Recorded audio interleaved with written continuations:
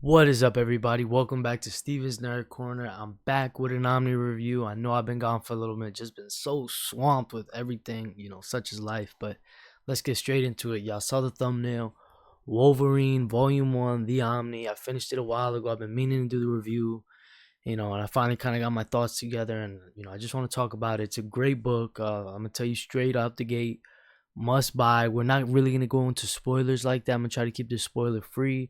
I really just want to go over the Omni itself, what it collects, how it's collected, how it's mapped, all that, and all that good stuff. So let's get into it. All right, y'all, let's get into it. Let's get into what it collects. So it's got a total of 55 issues, but I will say a bunch of them are from the Marvel Comics Presents line, and not that anything, well, they're a little different, but they collect a bunch of also like short stories, so it's not really a whole issue. It's a little bit shorter than a whole issue. I'm not sure exact the amount of pages, but even the slow stories, when I was reading them, I'm like, damn, these are kind of like, you finish them fast, So they are shorter than a whole issue, but they're, counted as issues and, their appearances or whatever.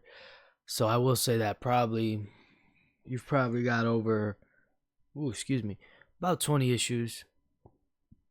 Probably, 20 issues are from Marvel Comics, but the rest are full issues. You got like 2 double size. One is like 100-page issue. Like it's some wild stuff. It's a thick Omni. I don't know if you can tell.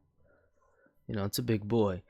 But so yeah, let's get into what it collects. So we got Marvel Comics Presents 1 through 10.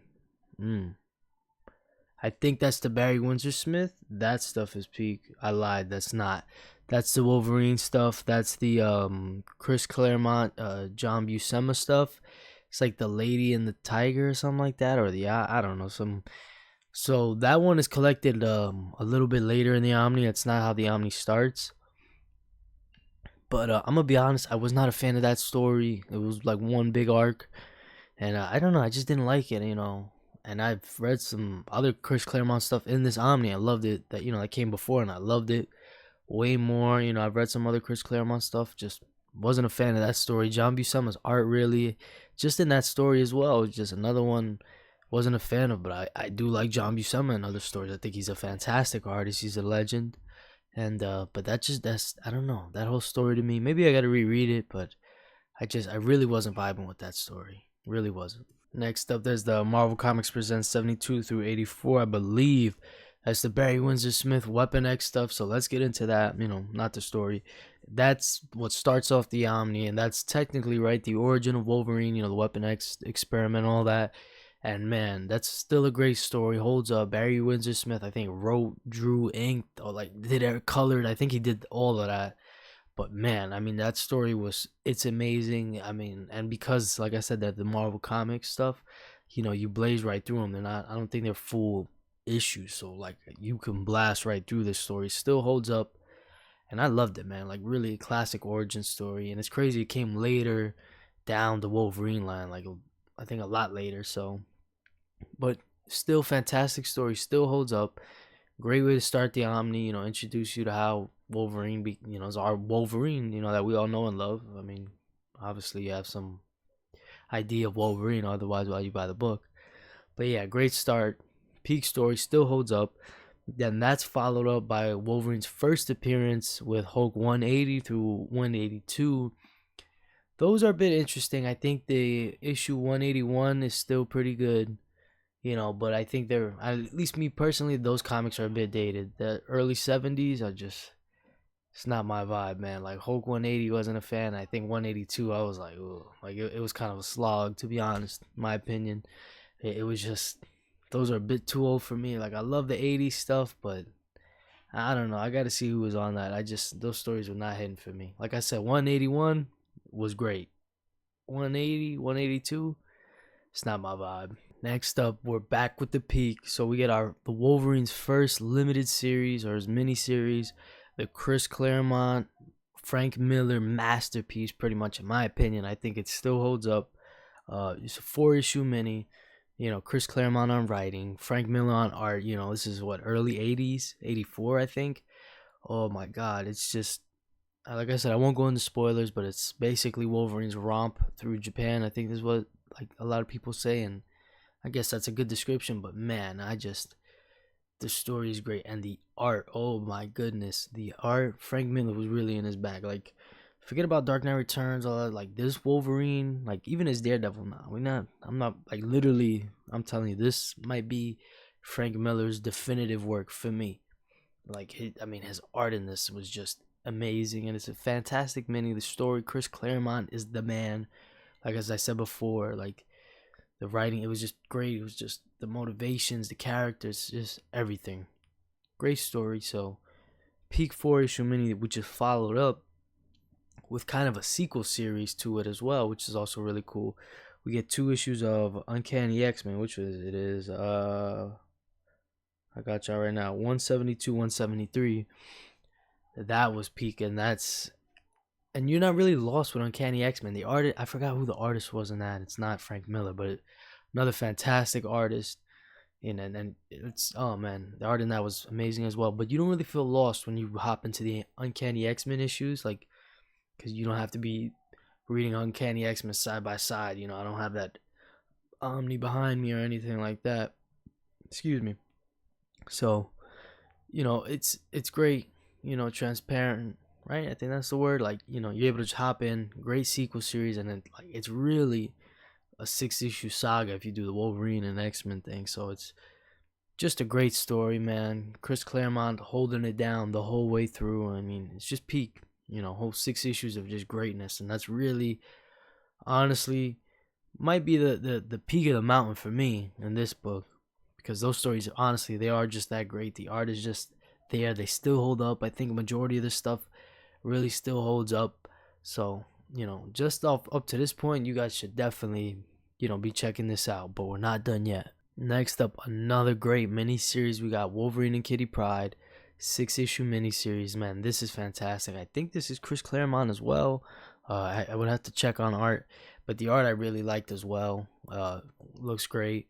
And man, it was just another fun miniseries. Mostly, this is Kitty Pryde, I would say, dominated. Like, she's really the main character in this mini, while Wolverine is kind of the backup. But man, it's just a great mini. It was so much fun. Just the 6 issue like arc. It's kind of insane the places it goes. It feels like just like wow, like it's a big story. You know what I'm saying? So, fantastic 6 issues, man. Like I said, art, Chris Claremont again holding it down.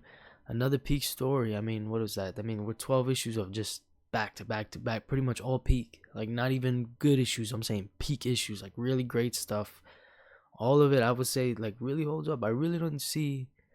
I mean, maybe I'd have to reread, but like anything like super dated. Like, whoa, what the hell? Like I said, the 180, the Hulk 180, 182 was a little rough for me, but nothing. I was like, oh my goodness, So overall, still a great book. And again, we're still on that peak mountain, man. We're still on that peak. All right, so next up, we got this Captain America Annual number 4, Marvel Age Captain America Annual, I believe. And I think 100 issues, I'm pretty sure, if I remember correctly. And I just, man, did not like it. Just seemed really drawn out, and it was really slow paced. The art was alright. It was cool, I think I'm pretty sure another 80s comic, and like I said, the 80s is peak time for comics, so the art still I thought was holding up, but it was just the story. I was just not interested at all. I was trying, like I'm thinking back, I'm like, man, was I just tired or something? Like, what was going on? Like, I remember it took me like 2 days just to get through that issue. Like, honestly, like no dragging it out. Like, I was like, man, 100 pages, but I was just like, geez, man, like super slow, drawn out. Me personally just did not like this issue. Then it was followed up by the Spider-Man and Wolverine annual. I think that's annual number 4 as well, or number 1, but I'm not sure if that's the one everyone thinks like that's the peak one. I'm not, I don't know if that's the one, but me personally, that's another one I did not like. It's another like supersized issue or whatever, 64-page issue. Just did not like it. Drawn out, the characters, I don't know. I just was not interested in it. I wasn't interested in Spidey, Wolverine. Like, it was crazy. I was surprised at how like just long and slow it just felt. I was like, man, this is whack. Honestly, was just not a fan of those issues. So yeah, we kind of had 2 duds there. Not gonna lie, but overall, still, I mean, for how many issues are we in? Technically, all the Barry Windsor Smith stuff was 13. Plus, I mean, the 6 Kitty Pryde, and then the 6 with the Wolverine, and then the X-Men. I mean, all those issues were great. You know what I'm saying? So, I mean, yeah, we're still holding up. And again, 180 was great. I mean, 181 was great. 180, 182. So we really have maybe four duds maybe, but as opposed to all the other ones. So we're still trekking pretty good. But the next the next issue was Incredible Hulk 340, the iconic Todd McFarlane cover, you know, with Wolverine with the Hulk in the reflection. That issue was awesome. I mean, we got Todd doing Wolverine and Hulk. So, I mean, honestly, the art would have carried that issue alone. That's peak in itself. Plus, we got Peter David in the middle of his peak Hulk run. I mean, come on. That was just a dope one-off little story. Self-contained, but it was really fun. I was honestly made me want to read the Hulk run by Peter David because I was just curious to see what Hulk was doing. I was like, man, this is really interesting. See what he's got going on. I really want to get into this more. So that was a really great story. So, you know, even though we had those 2 duds, it hits right back with another peak issue with on both, you know, art and writing, just amazing. Next up is Marvel Comics presents Wolverine. That's like those, you know, combination of stories, so they're not full issues. That's the 1 through 10. That's the Chris Claremont, John Buscema stuff I was talking about earlier. Just wasn't a big fan, man. Like, it's not terrible, it's not bad. You know, I don't think those guys can do really a bad comic, but I just did not hit for me. I thought it was slow. You know, it's kind of, you just got Wolverine chained up. This girl's like draining him of his life, but since he heals, you can't drain him. And, you know, it's, oh my. I just thought it was slow. Wasn't a big fan of either the art or the writing in that one. It was just real slow. And this is way later in the Omni. You know, I'm doing it in the way it's collected in the Omni, the way it's mapped.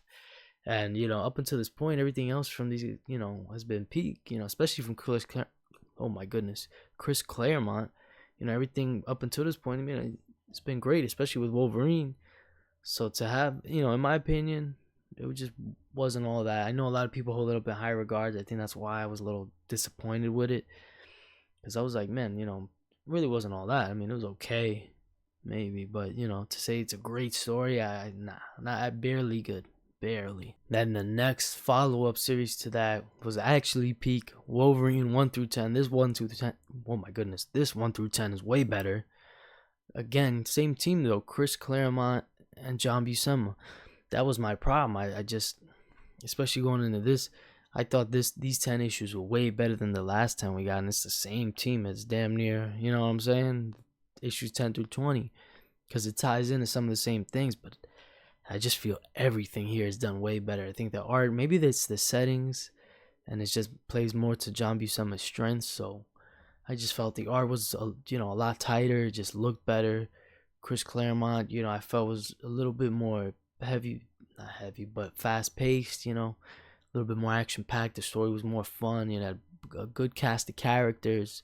You know, it was just a ton of fun. This whole 10 issues was great. I think Peter David does a one-off issue in there with someone. I forgot who. And that was a dope-ass one-off. Oh, my God. That one-off issue was amazing.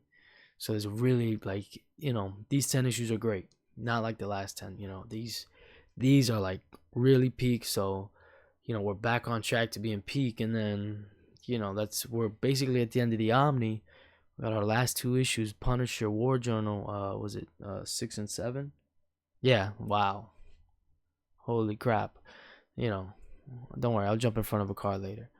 But you know, it's a great story, man. Those 2 issues are really dope. It's like Punisher on a vacation type of thing, but man, the art in that is dope, man. They do some really, I gotta see who that was. I thought it was like Sam Keith or something. It's not. I don't think it is.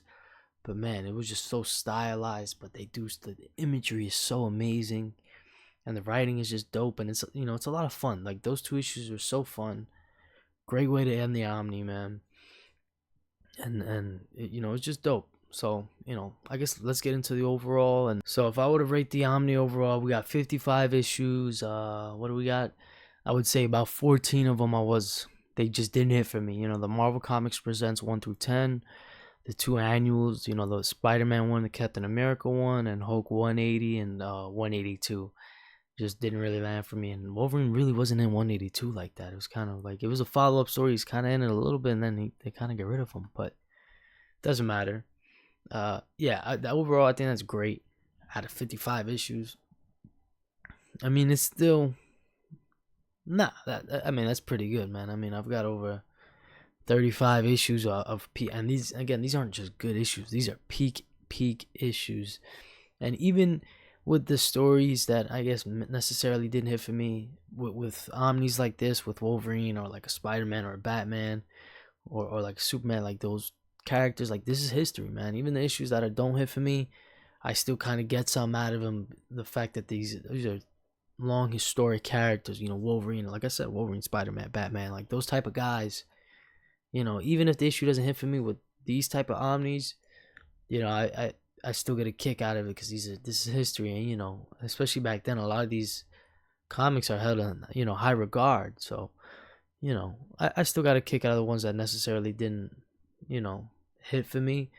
But again, some of these issues are so peak. The original limited series with Frank Miller, the ongoing with John Buscema. I mean, we had such great stuff here. I mean, Barry Windsor Smith, Weapon X. I mean, I should do a whole video on that alone. I mean, just great stories in this. So, it's definitely a must buy. Recommend any Marvel fan, Wolverine fan, X-Men fan, superhero fan, anti-hero fan. Check it out.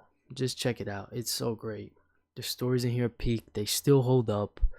Oh man, I mean, definitely worth the money. I mean, I don't know if it's out of print. I know it's a little rough with Omnis, with them being out of print. I mean, if you could get trades, what would I recommend is trades? I mean, Weapon X, definitely. If you get a Weapon X trade, the original Wolverine miniseries, Chris Claremont, that's a dope. If you find that in a trade, for sure. The his first ongoing, if you get those 10 issues in the trade, hell yeah. You know what I'm saying? I mean, there's a lot of this. The Kitty Pryde Wolverine, if you could get the original mini in the trade, hell yeah. You know what I'm saying? I mean, there's a ton of stuff, guys. You could pull out of this. If you can't get the Omni, try to get the trades for this stuff. I mean, a lot of amazing stories, great history here, and it's definitely worth, the purchase, guys. So definitely check it out. And yeah, I think that's gonna do it for this one, guys. I appreciate you guys for watching, and as always, peace.